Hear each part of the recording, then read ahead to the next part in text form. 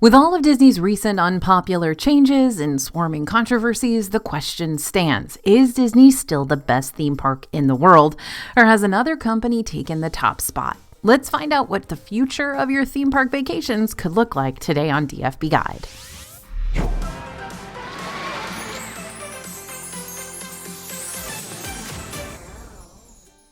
Hey everybody, it's AJ for Disney Food Vlog. So Disney has long prided itself on being a company that's paved the way for other theme parks beyond the Disney name, shining as a model of what it looks like to create a vacation destination for guests using state-of-the-art technology, attractions for all ages, and hyper-immersive lands. Disney's been at the top of the theme park game for over 50 years now, but as we continue into the second half of 2024, we can't help but ask ourselves, is that really still the case? Because it's starting to feel like maybe other theme park companies are starting to take the reins here, especially when we start reading about all the new updates coming to the Universal parks, or how some theme parks are ranking higher in surveys than Disney is, like we saw this year when Dollywood over in Pigeon Forge, Tennessee, was named the favorite theme park in the country by the National Amusement Park Historical Association, beating out both Disney World and Disneyland. So is it Disney that continues to set the bar that other theme parks must jump to reach, or have they lost themselves along the way, dethroned by others who've now figured out how to play the theme park game just as well, if not better, than the happiest and most magical places on Earth? Today, we're going to explore both possibilities while also giving you some tips for what you need to do before reaching your own theme park vacation decisions in the future. So when it comes to the negative buzz swarming Disney as of late, sometimes it's hard to see what Disney's doing beyond all the static. So let's kick things off today by looking at why this company continues to reign in the #1 spot on the theme park leaderboard. First, they're not afraid to make changes. Walt Disney himself once said Disneyland will never be completed. They will continue to grow as long as there's imagination left in the world, and that's exactly what this company has upheld. They're not afraid to make changes where they see fit because Imagineers know that the Disney parks weren't made to be museums.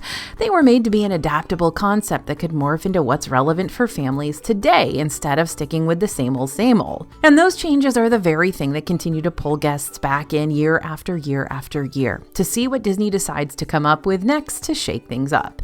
Am I saying all the changes have been popular? Nope, far from it. But Disney takes risks to better their parks, and many of the risks they do take are based on our own feedback, which I think is something guests forget about sometimes, especially when we see older attractions either rethemed or replaced.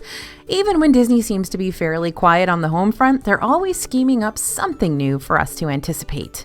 We know that Disney has some major plans in the works regarding the future of our domestic parks. Disney's Animal Kingdom will completely reimagine Dinoland USA to become the Tropical Americas, featuring popular Disney film franchises like Indiana Jones and Encanto. Magic Kingdom is going to be receiving a major expansion just beyond Big Thunder Mountain Railroad that, according to Disney executive Bruce Vaughan, will be the park's largest expansion to date, similar to expansions like Star Wars Galaxy's Edge in Hollywood Studios and Pandora World of Avatar in Animal Kingdom. And over in Disneyland, Disney's going to be moving forward with their Disneyland Forward project, which means Disney is committing $1.9 billion toward investments in their California parks, which could ultimately include projects or lands based on popular IP like Black Panther, Tangled, Frozen, Toy Story, Tron, Zootopia, and Coco, or something else entirely that we haven't heard passed down the grapevine just yet. And over in Disney's international parks, lots of additions have recently captured guests' attention with new areas like Fantasy Springs in Tokyo Disney Sea, World of Frozen in Hong Kong, Zootopia in Shanghai, and soon Disney's going to be completely reshaping the Walt Disney Studios Park in Paris to become Disney Adventure World, bringing with it a new promenade and a new area also themed around the world of Frozen. Along with their parks, Disney's also been hard at work expanding their cruise line to inspire families to try something different but still Disney-inspired for their next vacation. So you can say a lot of things about Disney, but stagnant is not one of them. The great thing about Disney is that even if you went just last year or the year before that, you can still create a vacation completely different than what you experienced. Thanks to all the new additions and the hundreds of long-standing offerings the entire resort area continues to provide. And on the other side of the coin, It's timeless. While the Disney parks might not be afraid of change, that doesn't mean they've completely taken out all of the classic aspects that guests have come to love and feel a deep nostalgia for. In fact, a lot of Disney's progress lately has been directly inspired by their roots, which I think is something we're going to see a lot more of going forward. For example, Test Track over in Epcot, currently receiving yet another major overhaul, but with this one, Disney's going to be drawing inspiration from the defunct Epcot attraction World of Motion, which closed in 1996 so Test Track could be built in the first place. While some may be upset over the major reimaginings going on with Splash Mountain and Disneyland and Magic Kingdom, Disney's kept the log flume track just the same as before so we can still experience that same famous 50-foot drop that we had back in the day. And with the overhaul of Country Bear's Jamboree in Frontierland and Magic Kingdom, Imagineers made sure to keep our favorite furry friends up on the stage, like Big Al and Trixie, the Sunbonnets, etc., even though their musical act has now been updated with a more recognizable soundtrack for a new and young audience. Even the Disney Cruise Line is paying tribute to classic Disney park attractions through their new offerings. The Disney Treasure, which will take its inaugural cruise on December 21st, 2024, will feature 3 new lounges. The Haunted Mansion Parlor is going to let passengers, as Disney puts it, partake in the next chapter of the Haunted Mansion, focused on the story of a jovial captain who entered the ghostly realm after a disastrous dinner with his beloved fiancée. The Skipper Society is going to draw inspiration from the various iterations of the Jungle Cruise attraction from Disney destinations around the world, paying tribute to the ride with refined nods, along with references to the beloved Jungle Cruise skippers, whose witty one-liners truly make the attraction what it is. And the Periscope Pub is going to be the first Disney Cruise Line venue inspired not only by Walt Disney's 1954 film 20,000 Leagues Under the Sea, but also by the Disney Parks attraction that fans may remember with fondness in Disney World, which operated from 71 to 94. So in case you're wondering, yep, Disney feels nostalgic towards its classic attractions too, whether they're still standing or currently defunct. And they embrace that level of nostalgia so they know exactly which heartstrings to pluck to rile up their loyal Disney guests and get them all in the feels, as the youngins would say. Yep, Disney has completely replaced and rethemed some of our past favorites from back in the day, and while nothing's 100% safe from mere imagining, you don't ever have to worry about going back to a Disney park and feeling like it's unrecognizable. You're still going to walk down the middle of Main Street, USA to get up to the castle. You're still going to be able to explore the World Showcase and taste your way around the different countries in Epcot. You're still going to be able to experience original ride stories that Walt himself had a direct hand in creating. And you're still going to get chills from the nighttime spectacular as you wrap up your jam-packed Disney Parks day. So, yep, Disney teeters on a fine wire at all times. They want Disney fans to come back for nostalgia, but they also want them to come back because they're compelled by what Disney's going to come up with next. When you go to Disney World, you don't have to stress over scrambling to find something that's going to make everyone in your group happy, because the theme parks are more than just theme parks. They're entire destinations. That means Disney's taken the time, effort, and creativity to make sure all ages are catered for while they're here. If you're bringing your baby or toddler, there are several Disney rides that have no height requirements at all, so everyone in the party can enjoy the attractions. Not to mention, Disney set up a rider switch system in case some rides do have height requirements to help everyone who wants to ride have the ability to ride without singling out just one person and making them have to hang back so they can watch baby. Plus, Disney also has free baby care centers in each of their parks that you can use if your baby needs a diaper change or nursing or even a moment out of the sun and in the AC. When it comes to little kids, well, that's what many folks expect Disney's target audience to be, and for good reason. There's lots for the kids to do and see at Disney to keep them engaged for days on end, from the rides to the character meet and greets to the sweet and savory snacks to the dress-up opportunities to the fun immersive lands, even to the character-driven hotel rooms and pools you'll find across many of the Disney hotels. And for the older kids and teens, there's still tons to do. You can experience the more thrilling roller coasters, shop around Disney Springs, watch live entertainment, take tons of photos and videos to put up on your socials.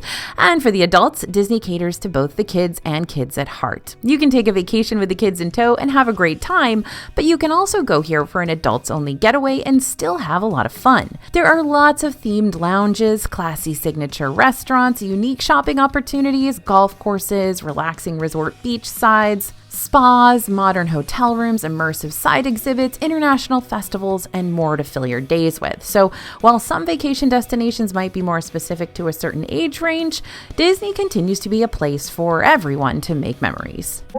Apparently, these changes really do work for Disney, contrary to what you might hear online. According to experts, Disney's 6 U.S. theme parks are visited more annually than the next 13 most popular U.S.-based theme parks combined, which includes Universal, SeaWorld, and Six Flags, and several others too. Surprisingly enough, America's favorite, Dollywood, doesn't even break the top 13. So how is this possible? Because not every single person going to a Disney park is out there voting or ranking for theme park favorites online. Usually when it comes to these surveys and top 10 lists, you're going to find a lot of folks racing to the polls to vote for something other than Disney, because Disney would just dominate the competition if it were based on the number of visitors it receives and number of visitors alone. The numbers don't lie. Take USA Today's 10 best theme parks list for 2024, for example. In order to come up with the number one spot on this list, which ended up being Silver Dollar City in Branson, Missouri, another theme park owned by the same folks, Herschend Family Entertainment, that also owned Dollywood, USA Today asked their readers to vote on which park was their favorite. Many times, theme parks will campaign and ask their guests to vote for them in these competitions, which many fans will feel compelled to do. But in the case of Disney, you're not really going to find any Disney parks pushing for their guests to vote them as the number one theme park out there. That's because they don't need to. Despite USA Today mentioning that Silver Dollar City pulls in around 2 million visitors annually, that still doesn't hold a candle to the 17 to 20 million visitors Magic Kingdom has seen annually over these past few years, nor does it compare to the 16 to 18 million that Disneyland Park has seen in that same amount of time. Now, I've buttered you up by talking about the warm and fuzzy side of Disney's sphere of influence first, but now let's remove those rose-colored lenses and address the real issue at hand. Disney might be on its way to losing its gold medal status, if it hasn't already. The competition is getting fierce. You knew it was coming. You knew this is what we were going to lead with. Universal has been a long-time, healthy competitor to Disney, each company taking notice of the other company's strides and pushing forward to still come out ahead in the theme park game. And what that's given us as guests is a win-win. Because no matter whether Disney or Universal's taken the lead at any given time, we still get to experience whatever new immersive attraction or park or land that these companies have created to cement their first place standings for now. Lucky us. So who's in the lead currently? Well, right now there's no use denying that Universal has been receiving a lot of positive feedback in regard to their third Orlando gate slated to open up next year, Epic Universe. Epic Universe, as described by the Universal Company, will present a level of theme park immersion and innovation that is unmatched, transporting guests to expansive worlds featuring more than 50 awe-inspiring attractions, entertainment, dining, and shopping experiences. And within this new park, you're going to be able to explore areas inspired by popular movie and video game franchises. There's Super Nintendo World, Dark Universe, based around classic Universal movie monsters, the Wizarding World of Harry Potter, Ministry of Magic, and How to Train Your Dragon, Isle of Berk. There'll even be an original area with a new story surrounding it called Celestial Park, which will serve as Epic Universe's main hub and become the gateway to the other 4 lands. But even with this third Florida park that Universal's focused on, Universal as a whole is continuing to expand in a whole lot of other ways too. Universal's placed their footprint in overseas locations with parks in Japan, Singapore, and Beijing. Have you seen that Jurassic World ride over in Universal Beijing where you're literally chased by an Indominus Rex? That thing is wild. And Universal's working on even more theme parks beyond Epic Universe too. Universal Kids Resort is coming to Frisco, Texas later on in the future to create a smaller scale park for all the younger kids out there who might still be a little too young for Universal's more thrilling ride scene. And Universal's also working on another project and proposal that could create another theme park over in the UK. Earlier on, I mentioned that a lot of the changes that Disney has made and continues to make are based on guest feedback, and I do stand by that. But we've recently seen Universal not just basing changes and expansions on guest feedback, but really listening to what their guests have to say. 2 of the biggest critiques surrounding the Universal parks have been that the parks don't seem to be as family-friendly as what Disney offers, and many of the rides are very screen-heavy, making it feel like you're just experiencing the same ride with a different overlay on repeat. But with Epic Universe, Universal has made it very clear that while yes, screens will be used to help with some ride scenes across select attractions, the use of physical sets, props, animatronics, and innovative technology beyond 4D are going to be implemented into many of the rides being brought to life inside this new park. And along with the new kid-centric Universal Park that's currently being worked on in Frisco, Texas, my backyard, Universal is also working on ways to get their younger audience members more engaged in their already existing parks, which is why we've recently seen the the highly interactive DreamWorks Land open up in June of this year, and why we've seen other family-friendly attractions open in Universal Hollywood, like again, Super Nintendo World and even the Secret Life of Pets Dark Ride, which opened back in 2021. So yeah, maybe this is all actually Universal still playing catch-up, because Disney has been a longtime champ of the whole family-friendly theme park scene, and has often used both screen and physical sets and state-of-the-art animatronics to bring its newest rides to life. Plus, they've actually put a lot into their parks over the past 10 years, when Universal has put significantly fewer new attractions and rides and shops, etc. into their parks. And so, again, it could all be catch-up right now. But what I will say is, if you're basing that gold medal status off of recent announcements and not what the parks have forged for themselves over years and years and years in this industry, then yes, maybe Universal is winning right now. But as Disney CEO Bob Iger has stated before, Epic Universe is a concept that Disney knew about way before the general public ever did, so this new layer of friendly competition wasn't exactly a shock for Disney. We might be able to see more of what Disney's cooking up in their proverbial theme park kitchen to combat Universal's power play once D23 rolls around on August 9th to the 11th, 2024. But for now, it seems that Disney and Universal are going to continue being like that one scene in Monsters, Inc., where Randall becomes top scarer on the leaderboard for once and then Sully immediately takes back the title. I'll let you decide who's Randall and who's Sully on this one. If you dive into the history of prices at Disney World, the conclusion you're going to find is pretty shocking. How do we know that? Because we did all that research for you, and this is what we found out. Recent studies have shown that prices for some popular Disney World food items have increased by an average of 61% since 2014, while the rate of inflation was just 32%. That means that prices for Disney Eats have been increasing at almost double the pace of inflation. For example, let's take a look at one of our favorite Disney food items that's actually the worst offender of outrageous price increases: the bread service at Sanaa in Disney's Animal Kingdom Lodge. Again, we love this bread service. It comes with several different types of naan bread and lots of unique dips. We talk about it all the time. But the rational side of us also recognizes that in 2014, this was $9.99. Now it's $22. So that's like about the same price as a steak combo over at Outback Steakhouse, or you could go to Olive Garden and get a famous jumbo house salad with 12 breadsticks made to serve 6 people, and you're looking at paying around the same price as the Sanaa bread service. Other food offenders whose prices have way outpaced inflation include items like Mickey Mouse ice cream bars, that's 63% price increase, Dole Whip, a 58% price increase, and churros, a 54% price increase.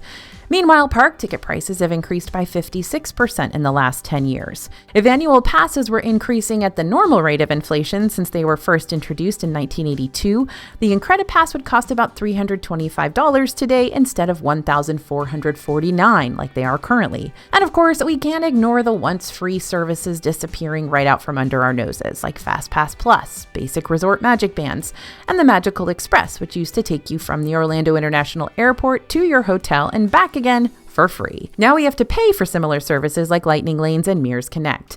Now, I'm not saying that Disney's the only guilty party here. Lots of theme parks have outpaced inflation with extreme price gouging in order to create higher revenues, especially after so many companies lost so much money post-COVID closures. But Disney literally banks on their status and popular IP to continuously push the boundaries on how much they can charge for their theme parks and still get guests to return over and over again. Now, let's do some ticket price comparisons between America's current favorite theme park, according to the polls, Dollywood, just so you can see what I mean. Both theme park destinations do have one thing in common. They use variable ticket pricing. So we're going to look at what tickets will cost guests who are visiting just one single park at either location on July 31st. With Dollywood, you can get a one-day ticket on July 31st for $92 per guest ages 10 plus. On that same day, the cheapest one-day ticket you can get in Disney World is a one-day ticket to Animal Kingdom for $144. The most expensive one-day ticket is $169 for Magic Kingdom. And in Disneyland, a one-day park ticket on July 31st is going to cost the same as Magic Kingdom, $169. But what about the other theme parks? Fair. Let's look at other single-day theme park prices on July 31st. A one-day ticket to Hershey Park in Pennsylvania is going to be $64.99. A single-day ticket to Busch Gardens in Williamsburg is $49.99 per adult. And you can add on the all-day dining package, and it still only comes to about $80 per adult. A one-day ticket to Silver Dollar City in Branson, Missouri is $79 for all ages, and a one-day ticket to Knott's Berry Farm is $60 per adult. And you can also get an all-day dining package attached to that, which will only cost you a little extra. It'll bring you up to $77.99 per adult instead. As far as Universal Orlando is concerned, a one-day ticket on July 31st for either park is still pretty pricey at $154 per adult, but it still doesn't top Magic Kingdom and Disneyland's $169. Even single-day tickets for Disney's Hollywood Studios are more expensive than what Universal has to offer, just by a little bit at $159 per adult. Unfortunately, this means that some families feel as if they've been outpriced from the Disney parks, so by default alone, Disney becomes not the best theme park in the world simply because it's starting to become less obtainable for the guests it was made for in the first place. Outside of the theme parks, Disney's also been struggling when it comes to their hotel scene, and the biggest illustration of that is actually happening on the West Coast in Disneyland. According to the latest Disney earnings call, Disneyland Resort had a fairly rough quarter, with occupancy rates at the Disneyland hotels being way down. But why? Didn't Disney just do a bunch of updates on their Disneyland hotels? Didn't they just get that nice, shiny new DVC Villas Tower? And didn't Paradise Pier Hotel just finish up that major overhaul to make it into the Pixar Place Hotel? Yep, but let's look at the other factors going on here. First of all, Disneyland only has 3 different Disney-owned hotel options, and of those, we're looking at strictly deluxe resort pricing here, so rooms typically run at lowest around $400 to $500 per night, but can easily climb into the $600 to $1,000 per night range, depending on when you're visiting and which hotel room you choose to stay in. While Disney World at least has some more affordable options around the value and moderate price range, it's not very often you'll see rooms dropping to under $200 per night, though you might be able to apply a discount from Disney's special offers, deals, and discounts page to get you there. So what are you getting for those high prices on both coasts? For the most part, you're getting the experience, the park proximity, and a few theme park benefits here and there. But even the theme park benefits can feel kind of stingy despite the price you're paying to stay in the Disney bubble. In Disneyland, you don't have many park benefits at all aside from the fact you can walk to the parks from where you're staying, though several other nearby Good Neighbor hotels can provide you with the same perk for a whole lot less. Not to mention, at the beginning of the year, Disneyland also pulled back on their early admission benefit so that hotel guests only have the option of entering one of the parks 30 minutes early each day instead of being able to choose between either park. But other than that, as well as their nifty package delivery service, staying at a Disneyland hotel feels like it's more about the status and less about the payoff. And since many of Disneyland's guests are more local, there's less of a need to have that status of staying at a Disney-owned hotel when you could just go to the parks for the day and drive back home without worrying about paying anything extra. Meanwhile, over at Disney World, we've got a little more reason to stay at one of the hotels. You've got the free transportation to help you get around property. All Disney hotels will give you early theme park entry for all days at all parks. Deluxe resort stays will get you extra extended evening hours, giving you a couple of extra hours at select parks on certain days after the parks close for the rest of the general public. And you've now got the added benefit of being able to book your Lightning Lane multi-passes and single passes 7 days ahead of your trip instead of just 3. However, after the pandemic shut down, Disney World took away a lot of their previous hotel perks and have yet to return them or replace them. This includes perks like the once free Disney's Magical Express, which was a complimentary Disney resort transportation service operated out of the Orlando International Airport. It took you to and from your Disney resort and back again at the end of your trip. This service was removed at the beginning of 2022 and replaced with a premium shuttle service called Mears Connect. The package delivery service that would ship your Disney purchases back to your resort for you so you didn't have to lug them around all day. Room service, which gave you the option to have certain hotel restaurants deliver food up to your resort's room. This option is now only available at the Grand Floridian Resort.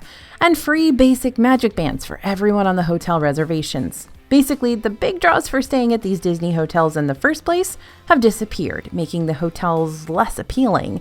And yet, staying in a Disney room at any one of these locations is still more expensive than ever before. But hold your horses. Let's pass the mic back to Universal again for a minute.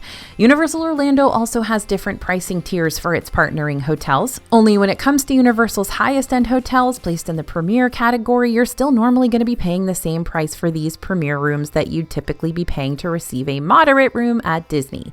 And on top of that, Premier rooms will give you free unlimited express passes for everyone listed on the hotel reservation, meaning you can get something that's typically $120 to $320 per person on top of your regular theme park ticket admission completely included with your hotel stay. Now, if we had more time, I'd probably go down a rabbit hole here to talk about comparing and contrasting Universal's Express Passes to Disney's Lightning Lane services in the first place, but what it all boiled down to is that Disney actually wins when it comes to the price. Ironically enough, unless you're staying at a Universal Premier hotel, but loses when it comes to the overall accessibility of the service, since Universal's Express Pass system is a whole lot more straightforward and more fair to all its guests, domestic and international alike. But we're talking about hotels and resort areas here, so let's wrap up this point with one major mic drop from the Universal Orlando Resort. Universal is getting ready to open up 3 new hotels. Stella Nova and Terra Luna will be situated nearby the front entranceway to the new Epic Universe Park, giving Universal's guests plenty of options to explore when deciding where to stay for their visit. These hotels are going to open up at the start of the year, even before Epic Universe officially opens. Then there will be Universal Helios Grand Hotel, which will open right up into the new Epic Universe Park. Disney's no stranger when it comes to hotels that spit you out in the middle of one of their theme parks. Grand Californian in Anaheim has this for Disney California Adventure guests, and Tokyo Disney recently opened up their new Fantasy Springs hotel that spits you out into the new Fantasy Springs area inside Tokyo Disney Sea. They also have Miracosta, which does the same. Now, as much as I love the idea of the Universal Helios Grand Hotel, the idea of Stella Nova and Terra Luna might actually be much more appealing to folks because these will be brand new places to stay at a value price point super close to the new park. According to the Lowe's Hotel website, the rooms at Stella Nova and Terra Luna will start at $147 per night. The last time Disney World created a value resort was back in 2012 with the opening of Art of Animation, and even then, rooms were still pretty pricey, with standard room options at Art of Animation now costing $230 to $260 per night, and family suite options costing $500 to $700 per night. Otherwise, Disney's been focusing all of its energy on Disney Vacation Club resorts and hotel rooms as of late, many of which are going to cost guests $600 to $1,000 per night. While it'd be great to see Disney come up with another more affordable hotel option for its future guests, it seems like Universal's going to take the reins here and do it for their own future Epic Universe guests so that they don't have to worry about breaking the bank just because they want to try something shiny and new on vacation. Now, when it's all said and done, you are the sole person who gets to decide which theme park you believe to be the best in the world. Maybe you're still sticking by Disney, or maybe you've been persuaded over to the Universal realm. Or maybe you've got an allegiance to a whole different kind of theme park scene, like Busch Gardens, or Dollar City, or Dollywood, Hershey Park, or somewhere more international, like Efteling or Motion Gate.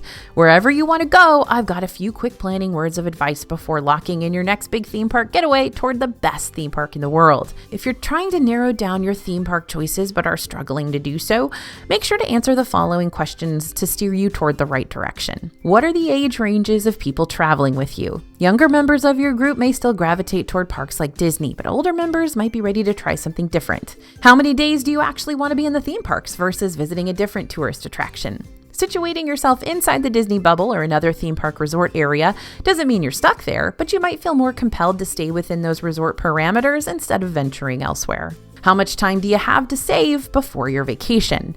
Paying for a big trip like Disney or an overseas park might be more doable if you've got more time to make payments little by little. But if your trip is creeping up on you fast, it may make sense to go to a theme park that's closer to your neck of the woods or one that's going to be more budget friendly in the short run. How big are you on thrill rides? If thrill rides aren't as big of an appeal to you, Disney may still be a better option for your group since there's way more to do at these parks than just get in line for back-to-back rides. Check and see which theme parks have the most appealing themed areas and backstories that you'll be able to appreciate on a deeper level past their ride offerings. Do you want to experience something new or nostalgic or a little bit of both? Remember that when parks and rides and new areas first open anywhere, there'll be a bit of a learning curve that guests and employees will be navigating in those first couple of months. It may be better for you to try something brand new once the initial hype or concerns have died down around a new park or park area. And finally, is there time during your trip that you might be able to do multiple parks instead of just one? If you're in Orlando and you're torn between Disney, Universal, maybe even SeaWorld and Legoland, you don't have to choose to be 100% allegiant to one property and one property only. Customize your trip to fit your must-dos because everyone's vacation itineraries are always going to look different across the board. And you don't have to ever do all this trip planning alone either. You know that, right? Whether you're Team Disney, Team Universal, Team a little bit of both, or Team something else altogether, we love chatting about your future trips with you and helping you make sure you feel confident about where you decide to travel next. So keep checking back with us. We're going to continue to give you the 411 on what's going on in the realm of Disney, Universal, and more through our YouTube channel, social media pages, and DFB website. Thanks for listening, everyone, and thanks for watching. Can't wait to see your thoughts in the comments. As always, this is AJ for Disney Food Blog, and we'll see you real soon.